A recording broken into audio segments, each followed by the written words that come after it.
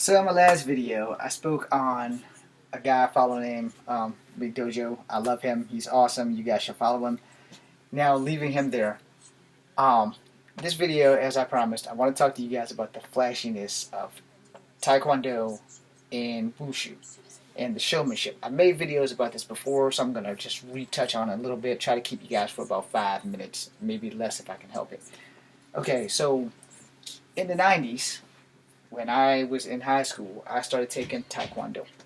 The reason I took Taekwondo was because everybody was taking Taekwondo, and I, being the evil bastard that I am, wanted to know if I fought someone with Taekwondo, could I beat them with the stuff I already knew, which was karate and kung fu, or do I need Taekwondo to even the score? The answer is enigmatic, because two things happened when I was taking Taekwondo. Two things. God rest Mr. Ennis' soul.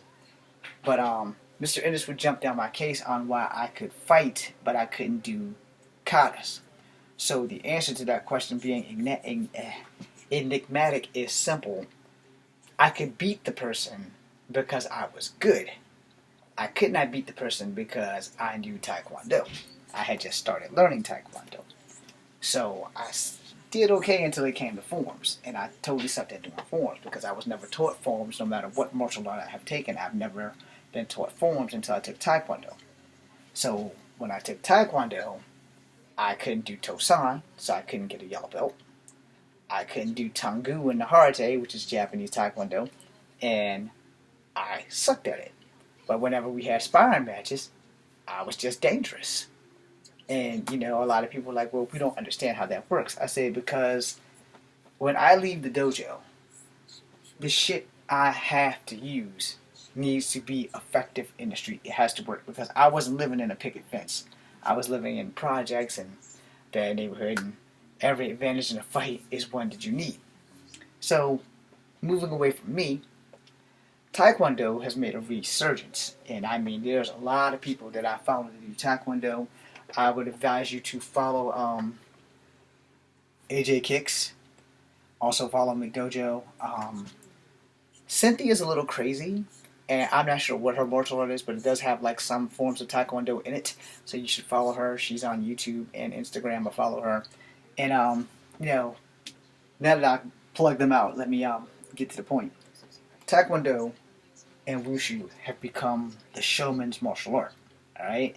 And by that I mean if you go to a Wushu show and you pay your $10 to get in or whatever, you will get your money's worth. You know, you should definitely get popcorn while you're watching because it's just like watching a live action movie with Donnie Yen in it. A lot of the Wushu martial artists have stepped up their game with showmanship, like out of this world showmanship. And I cannot do that. You know, when I was learning what little bit of Wushu I learned the fighting aspect, but I didn't learn the showman aspect. And so my forms, you know, the one where you have the bow and you run around and whip it around your head and you jump and you slam it on the ground. And it's also the same thing with the majestic spear. And you could probably do it with the pike, because a lot of the extended weapons, the forms are practically the same. You might not notice it because it's so repetitive that your body is used to it, so you don't know it. But when you watch the technique from the majestic spear and you watch the technique from the bow staff, they're exactly the same. Just to the untrained eye, it looks different. And the same thing can be done with the moon spade. Let me explain what the moon spade is. The moon spade is a stick with a spade blade on one end and a hook moon blade on the other. So basically, if you can work a bow staff, you can work the moon blade. The problem is that there are different forms in that still have maneuverability that you would use with the bow staff. Now, anything you can do with a bow, you can probably do with one of those long weapons, including the kwando, the ring sword, all that shit.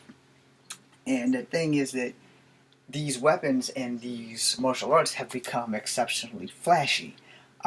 Wushu specifically, I love Wushu. It's my favorite martial art, which is why it kills me because I no longer can do it. But I've never been that flashy with Wushu. And nowadays, these guys, I'm like, wow, I was never taught that shit. Yeah, when you do the whole rotation, where you spin around before you do your tornado kick, and I was like, okay, I was never taught that. I feel like I was like missed a few classes, but it's exceptionally flashy, and my old ass ain't gonna do that shit, because my body's no longer built for that.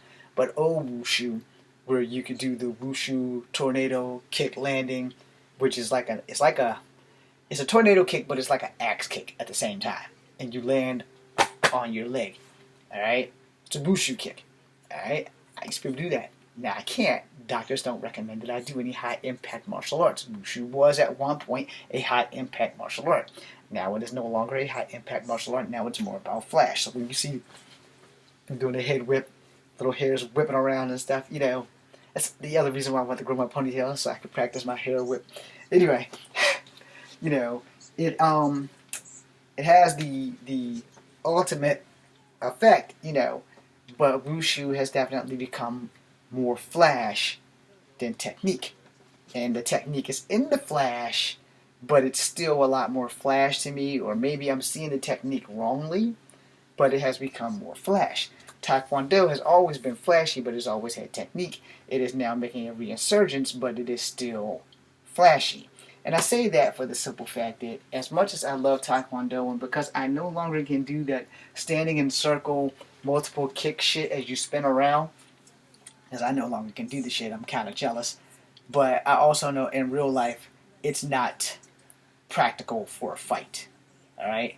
Now that, kick, that fan whip kick, where boom, boom, that you can probably still use. Again, half my arsenal is gone since my hip is destroyed, and I just got it replaced 4 years ago and some change. I'm no longer allowed to take my leg up, bap, bap. Now I have to stick with basics, because I don't have a choice, But basics can win a fight. Believe me, basics can win a fight. But Taekwondo, everything's, stopping, snapping out. So it's like boom, boom, and you're back. Okay, where with Taekwondo, everything does that. And then there's people who have the double axe kick, where they catch you going up, they tap you, and then they go back up and they tap you again. If you've seen these Taekwondo fights, you've seen the kick I'm talking about. I cannot do it. The dude in Tekken does it. GWAN something or another. That guy does it. So like I said, it really depends on who teaches you what. And all martial arts do evolve. So but the reinsertion of Taekwondo has really stunned me, and I did pop that over to McDojo's as well, and he did reply to me on that one, because he was like, yeah, as it should. And I was like, okay, because I guess all martial arts, they need that one person to bring shit back around. And Taekwondo has quite a few people now that has really leveled out that playing field of making people want to relearn Taekwondo. Brazilian Jiu-Jitsu is another thing. It's never really gone anywhere. It's just that if certain people like it, it catches back on. And Taekwondo is one of those martial arts where certain people like it, it really catches back on, and people are like, okay, I get that now. That's cool. So you think about shit like that, and that kind of works itself out. Where it's a lot of work into that. To be honest, there's a lot of work that goes into reinsurgence of a martial art. And the thing is, if you have some people who are just aces with that shit, that martial art comes right back. Every time it'll fizzle, and then it'll flame, and it'll come right back in a burning ball of fire, and everybody be like, hey, I want to do that, I want to do that. Because that's actually how I started taking Taekwondo. I seen Taekwondo in I don't know what movie. I think Billy Worth was in it. God damn it. Not Billy Worth. Michael Worth. Somebody with the last name Worth. Because I actually learned my reverse tornado kick from watching him practice that shit all the time.